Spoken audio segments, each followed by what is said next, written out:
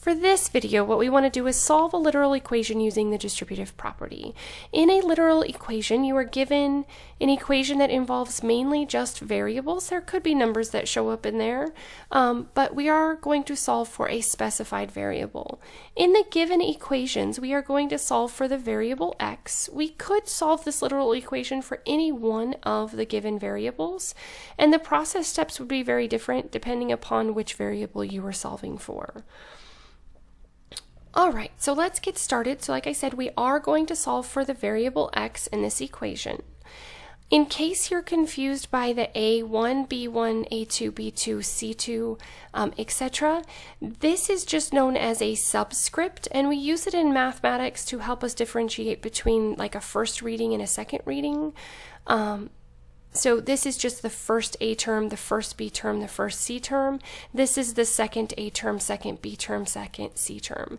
Notice that X does not have a subscript. That means that it just didn't change. It was the same for both of the readings.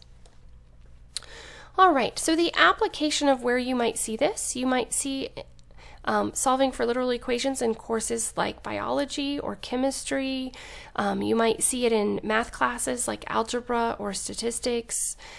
You may see it in geometry where you are told to solve for a certain variable, and that way you only have to solve for the variable once, and then you can just plug in the numbers over and over again into the places that they go into.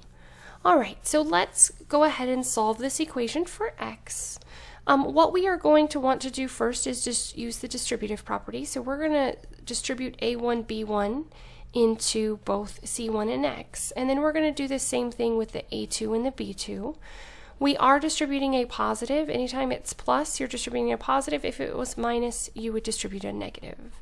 So we end up with a1, b sub 1, c sub 1 minus a1, b1, x plus a2, b2, c2 minus a2, b2, x equals 0. And this is a very complicated one, so if you're struggling with following, I understand. Just keep watching. Our goal is to get x by itself. So what we want to do is we want to group together our x terms and our non-x terms. Okay, so since this one contains an x and this one contains an x, I'm going to write them together. So I have negative a1 b1 x minus a2 b2 x. Plus, now I'm going to write the ones that do not have the x in it together. So I'm going to group together the a1, b1, c1 and the a2, b2, c2. Okay, so it still looks very complicated, and I know that students struggle with this over and over again. It's a very common thing to struggle with. In mathematics, if you understand the process steps, it makes it a lot easier to solve an equation like this. Okay, so what I want to do is I want to get these x terms on one side.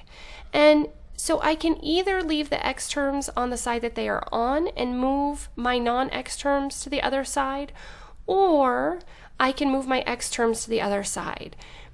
In different problems, I will use different approaches. In this particular one, since both of these x terms are negative, if you look at the coefficients, I have a negative a1, b1 and a negative a2, b2. So the values in front of my x term are both negative. So what I'm going to do is I'm going to choose to move them to the opposite side.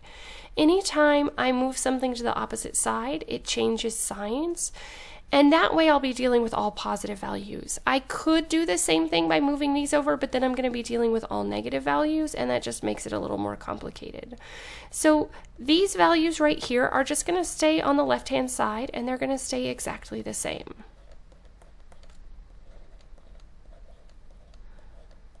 Okay, and then these, like I said, when they go to the other side, it's going to become a positive a1, b1, x and a positive a2, b2, x. Alright, so we're still not finished because remember our goal is to get x by itself. So we're on our way. So our next step is we have to look to see what do these two have in common. So we can see that they both have an x term. So we can use what I term the undistributive property. It's not technically a term, but you're technically undistributing a value from the two terms. You could also call it factoring. So I'm going to factor out an x in front of both of these. So I'm going to take this x out and I'm going to pull it out front. So what I'm left with is the a1, b1. Okay, same thing in the second one. If I pull this x out, then I am left with the a2 and the b2. Okay, so now it makes it easier because we're just trying to get this x term by itself. So I'm multiplying that x term.